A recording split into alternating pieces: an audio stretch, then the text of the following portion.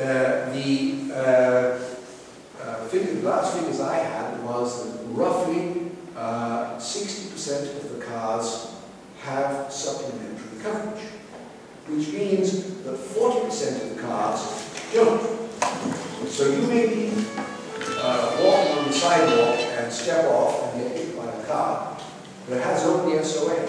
Or if you have an accident, there's a 40% probability that in a collision, the guy you collide with doesn't have supplementary insurance. So people are asking whether they should have full coverage on their own vehicles. And I can't answer that question because it all depends. I've had people come into my office and they have a very nice recent model Mercedes.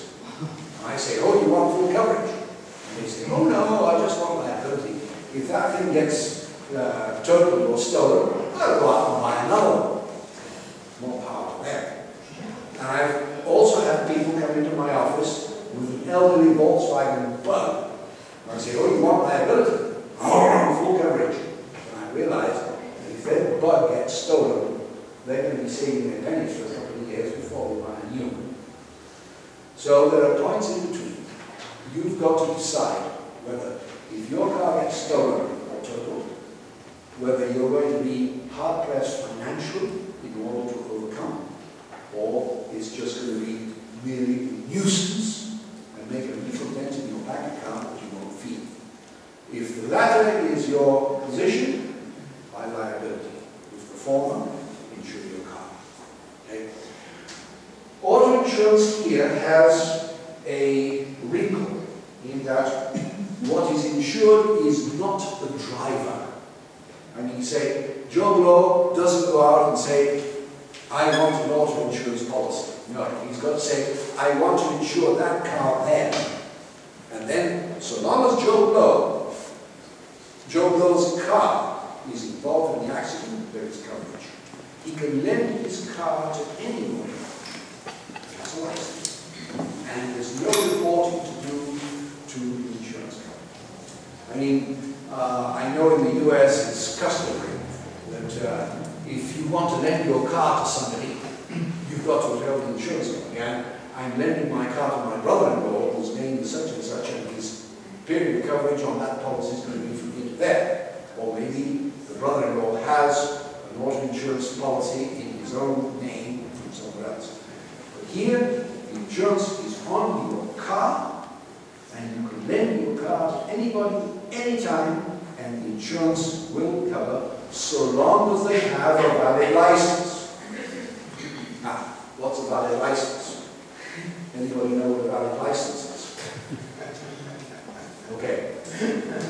A valid license is a Costa Rican license or a foreign or an international license is good for 3 months as of when the person enters the country. So if you come from Timbuktu and you go through immigration on the 1st of January, you can drive with your Timbuktu license January, February, March. April 1st, you're technically unlicensed. And if you're driving and you have an accident, insurance won't pay. Okay? So if you have a foreign license, make sure that you are within the 3-month limit, or you take out a Costa Rican license. Okay. There are currently 3 companies doing auto insurance. INS, of course. There's Mapfre. That's a very large, well-known, world-class Spanish insurance. Mapfre.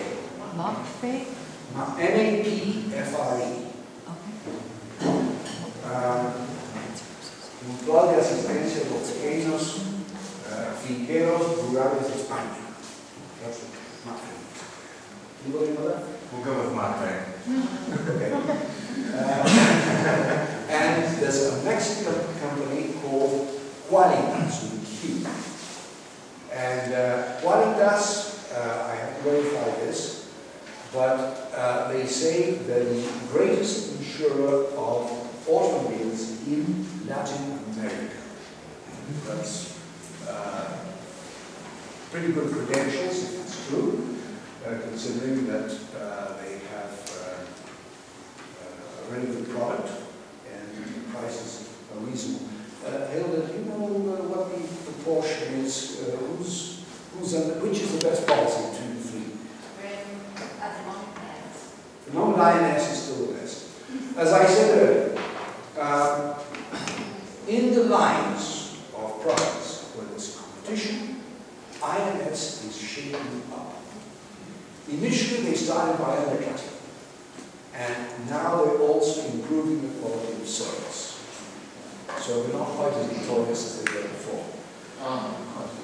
Yep. I guess to be up for the INS, I called your office actually around just before my insurance was due, around September 15th. And I had to do it then, 6 months was up, I had to renew my policy. One of the people in your office said to me, I don't know if I said what is the best, but he said, INS is the cheapest. So I went, I like my agent, I do like my agent, they've been good to me.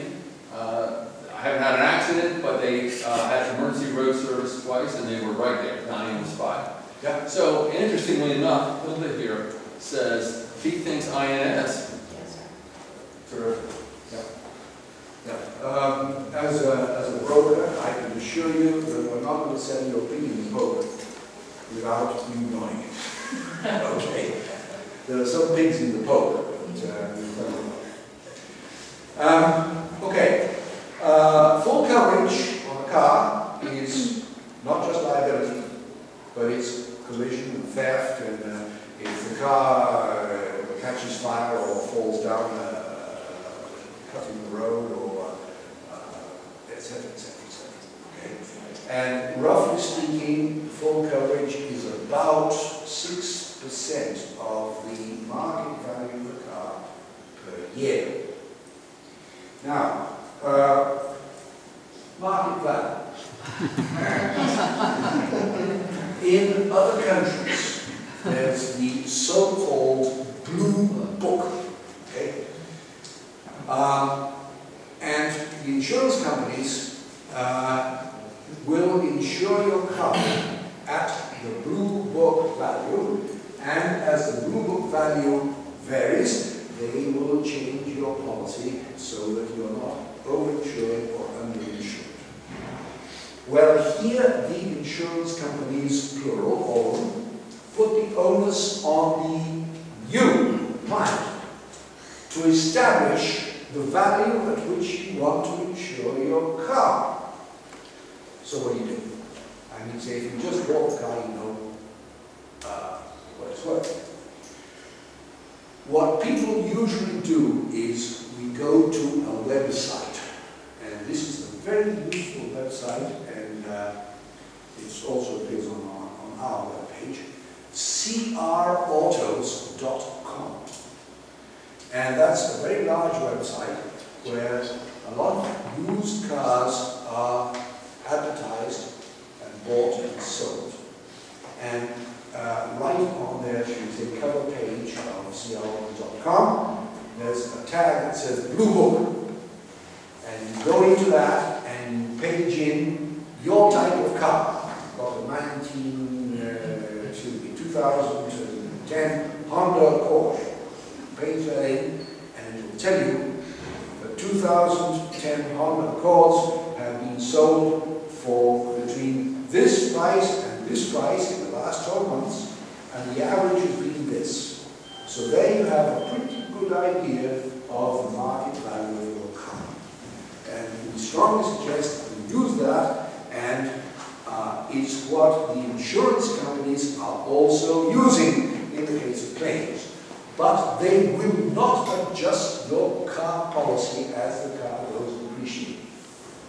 So if you bought a car, brand new, it will cost you $25,000.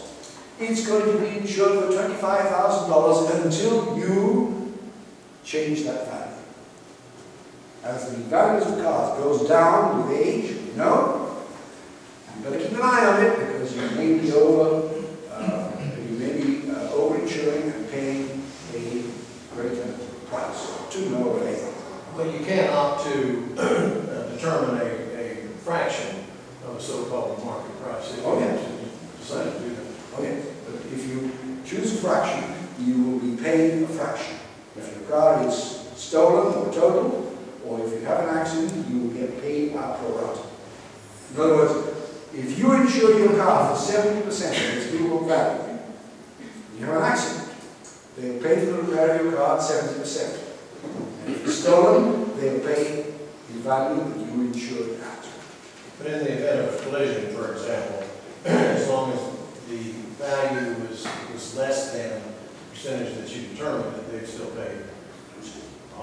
If you insure your car, say, for 70% of its value, they'll pay for 70% of the repair.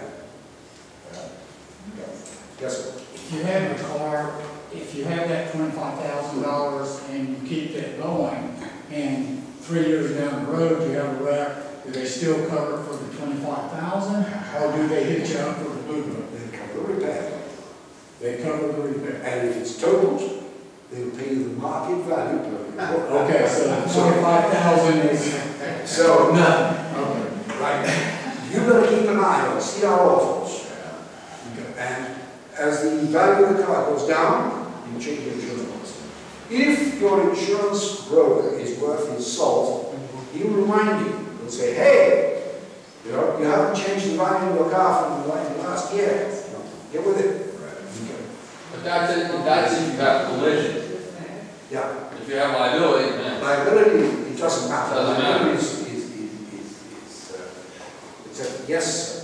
How quickly are these payouts generally processed? Do they tie you up in years and years hoping you'll die before you can collect it? Yes. Sometimes. Sometimes. Even the private companies, or are you talking about instant? The private companies are better than this. But That's very bad. the boom is being lowered. It's improving dramatically.